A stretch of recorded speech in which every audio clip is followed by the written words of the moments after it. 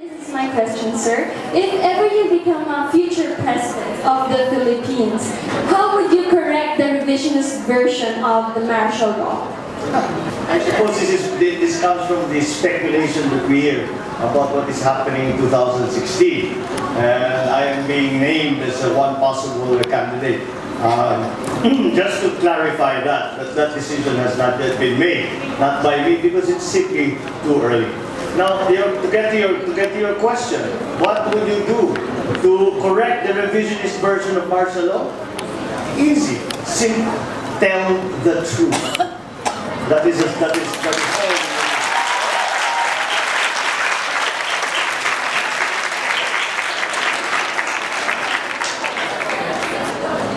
Again, when you hear the accounts of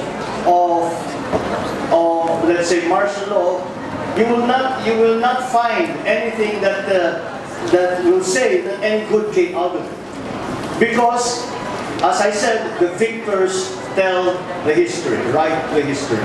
And it is my father's government that fell. It was my father's government that instituted martial law, that it was he who declared martial law. And therefore, the opposing forces that eventually succeeded, because it was his government that fell, they are writing the history. But unfortunately, again, the revisionism has taken on that political tone. And it is unfair to everybody, to our people, to its students, to our country, that we do not know what actually happened. And that is why. Now, the thing is that the historical record is there. It's there, it is available for anyone to study. And never mind the different analyses about the pros and cons of martial law, my father's administration, but look at the facts. Look at what happened, where it happened, how it happened. Those incontrovertible facts will bring us to the true account of that part of our history. Again, it is still the search for the truth, and the best weapon you have against these revisionist tendencies is the truth. It was your father, Mr. Senator, who initiated the campaign in driving the Americans out of the Philippines. Mr. Senator, are you in favor of allowing the Americans to return and finally establish the semi-permanent military bases or installations in the Philippines? He wanted to preserve the sovereignty of the Republic of the Philippines. When you talk about driving the Americans out, the bases in Subic and in Clark, which were, at the time, when it was at their height, they were the biggest bases. Clark was the biggest Air Force base of the Americans anywhere in the world outside of the United States. Subic was the same thing, aside from, siguro Hawaii is probably their biggest base. But it was the Subic, which was the one that they used for their war in Vietnam. And when the time came, what my father insisted upon was that not that the Americans go away, but that the Americans recognize that those bases are Filipino bases. That the base commander is a Filipino officer. That the flag that flies over Subic and Clark is the Philippine flag, not the American flag. That is what he did. And that is what, I suppose, began siguro yung tampo ng Amerikano sa aking ama. Dahil dyan nagsimula. The other big element was when he decided that what was called then the parity law should no longer apply. The parity law gave Americans the same rights in the Philippines as Filipino citizens. Hindi naman tama yun. Dahil hindi naman sila Pilipino. Dapat inuuna natin ang ating mga kapwa Pilipino. Kaya yan ay pinilit niya. Sabi nila, hindi. Mga Amerikano kayo, meron kayong mga karapatan, pero hindi pareho sa mga karapatan ng aming kapwa Pilipino. Lalo na dito sa Pilipinas. So you see, there's a consistency there. In that he was trying to preserve the sovereignty of the Philippines and to preserve us as a people, and not to be a second-class citizen, which is the leftover, the hangover from the colonial times that we went through with the Spanish and the Americans. Good afternoon. Good afternoon. I'm Teo Miguel Ballesteros, political science student. Registered Sir Pales. Mr. Senator, It is an open book to you that some sectors are blaming the death of Ninoy to your father. However, history is starting to educate us that your father instead should be venerated for guiding our people to democratic policies, economic development, and cultural development. My question is, given the chance, are you willing to accept any executive position?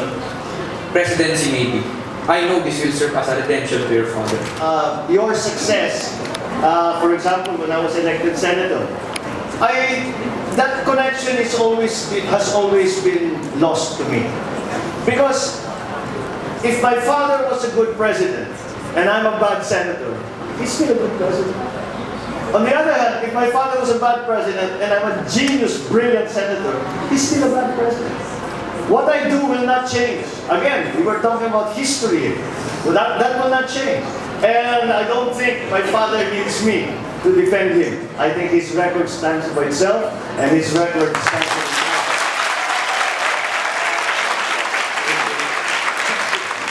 Good afternoon, Senator. This is my question. Some believe that your father was one of the greatest leaders this country has ever had because of his goals in globalization. Taking into account history, what are the things you would propose that we do to further the growth of our country? I think we have the capability to do anything. I mean, I've seen, you know, I don't know if you remember, there was a term, the Asian Tigers, in the past. The rise of the Asian economies was driven by Filipino management. All the upper management at the time, and Filipino and middle management, was Filipino.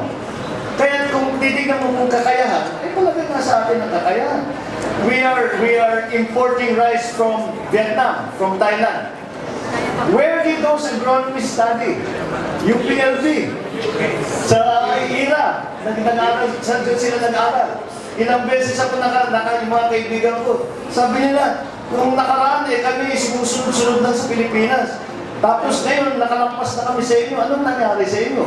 And that is one of the downsides of our OFW migration, the brain drain, yung ating mga magagaling, the well-trained, our engineers, our skilled workers are all going to find, because we cannot give them, you cannot blame them, because we cannot give them jobs here. So, in terms of capability, I think the Filipino has proven himself over and over and over again. And I have seen it personally, because I've traveled widely, and I see Filipinos in different countries, and they do very, very well. If all the Filipino nurses and all the Filipino doctors left the United States, their entire healthcare system would collapse.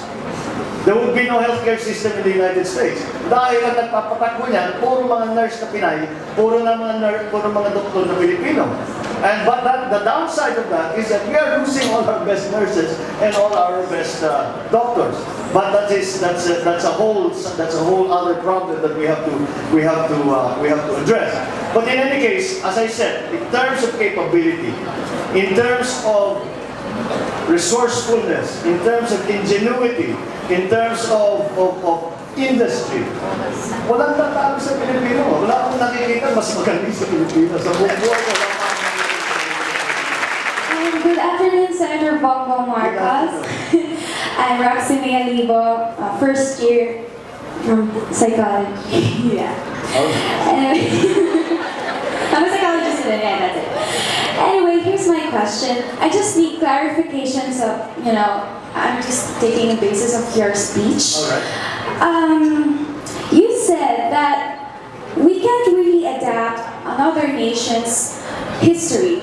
So what about if we also engage ourselves to learning another nation's mistakes and consider the good points which made them progressive for the Philippines' future development? Oh, absolutely. I mean, it's the same as the different community officers of that LGU will go and visit the other another LGU. And why do they do that? To study best practices. What has succeeded? What they have tried that maybe we haven't tried yet. That's exactly what you're saying, and that is exactly correct. We must learn from the successes of other countries. But we cannot say, we should not try to be, mga Pilipino tayo, we should not try to be American. We should not try to be Japanese. Because we are not. Because we do not have the shared consciousness, we do not have the same culture, and we do not have the same history. And that's what the point that I was trying to make. But of course, we can learn many, many, many things from the experience of other countries. In the same manner, they can learn many, many things from our experience.